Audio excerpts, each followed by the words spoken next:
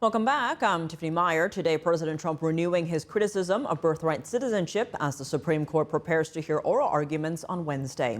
The president's executive order restricting birthright citizenship is being challenged. This case has the power to literally change the meaning of what it means to be an American. Joining us now is Chuck DeVore, Chief National Initiatives Officer at the Texas Public Policy Foundation. Chuck, thank you so much for joining us. Great to see you again. Now, there's a lot of debate about the 14th Amendment's passage subject to the jurisdiction thereof. But I want to focus on the evidence we're seeing of people gaming the system as it stands. Here's how author of The Invisible Coup, Peter Schweitzer, put it during a Senate hearing. Let's listen to that. Birth tourism is essentially an industry that provides concierge service at every step of the way for a foreign national, in this case China, to pay the firm roughly $100,000. They will transport them to the United States, arrange medical care, arrange for citizenship for the child, and as soon as the child is old enough to travel, they will return back to China. The scope of this is industrial. And Chuck, what are the risks of allowing the law to be used in this way? Well, I think it's really important that Americans understand that this isn't just about large numbers of illegal immigrants and chain migration. In the case of China, with the Chinese Communist Party, we're talking about something that's been going on for about 10 years, with up to 150,000 people a year being born in America. So the estimates range from about 750,000 to 1.5 million people holding dual citizenship in both China and in the United States. This is a problem, of course, because China demands complete obedience for its citizens. So if China asks you, for example, to steal military secrets or to do any sort of espionage or sabotage against the United States, you have to do it. So this is a growing problem.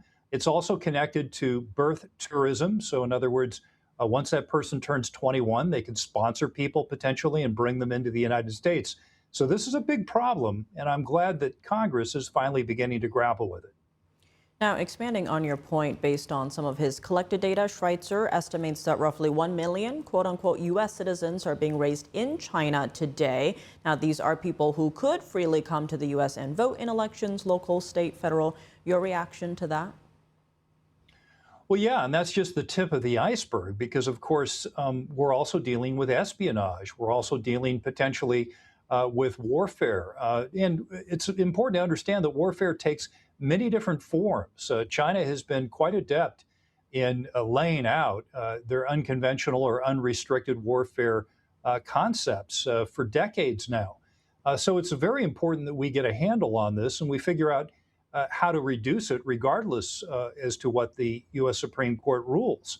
And some of the things that can be done, for example, is you can crack down on the B visas that are being issued to people. For example, you could require pregnancy testing from certain high-risk nations. You can crack down on some of these surrogacy mills because this isn't just about people coming here from China, 8 months pregnant.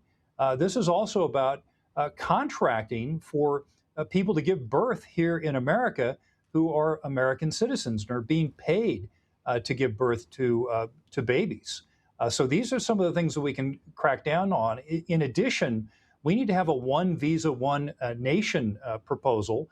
This has been proposed by Senator Scott. I understand Representative Tiffany and my own Representative Chip Roy have proposed this as well. And this takes on the challenge of the Commonwealth of the Northern Marianas Territories. The Commonwealth of the Northern Marianas Islands, has been allowing a lot of Chinese nationals to come in, give birth to people who are by law U.S. citizens, and then they go back home. And digging into action that could take place on the state level. For example, we do know that surrogacy companies are allegedly playing a big role in this industry. In one case, the Wall Street Journal reported that Bo, the founder of a Chinese gaming company, fathered more than 100 children in the U.S. via surrogacy. Now, we can't independently verify that number, but this isn't an isolated report. So to your earlier point, elaborate on how states and officials can crack down on the surrogacy aspect here. Well, certainly surrogacy is completely regulated by state law. And while there certainly is legitimate cases for surrogacy where you have a couple who are unable because of biological reasons that they can't conceive of a child. It has been something that's been terribly abused by frequently Chinese nationals with a lot of money.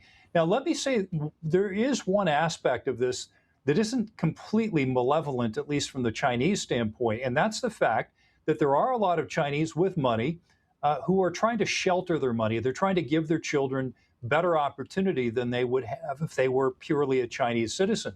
So I think some instances of this may be from the standpoint of someone wanting an opportunity for their child to actually live a better life in America. It's though important, very much important to understand, though, that China's laws still hold sway over that individual. And if they were enjoying being an American too much, the government would threaten their parents or other relatives that remain back in China. And Chuck, Pew Research conducted a poll last year asking Americans whether people born in the U.S. to parents who immigrated here illegally should have U.S. citizenship. It was a clear split down the middle. Why do you think people are so divided on this issue? Well, two reasons. I don't think Americans have been much educated as to how much this has been abused, number one. And number two, Americans like the idea of people becoming American. You know, we're a generous and open-hearted people.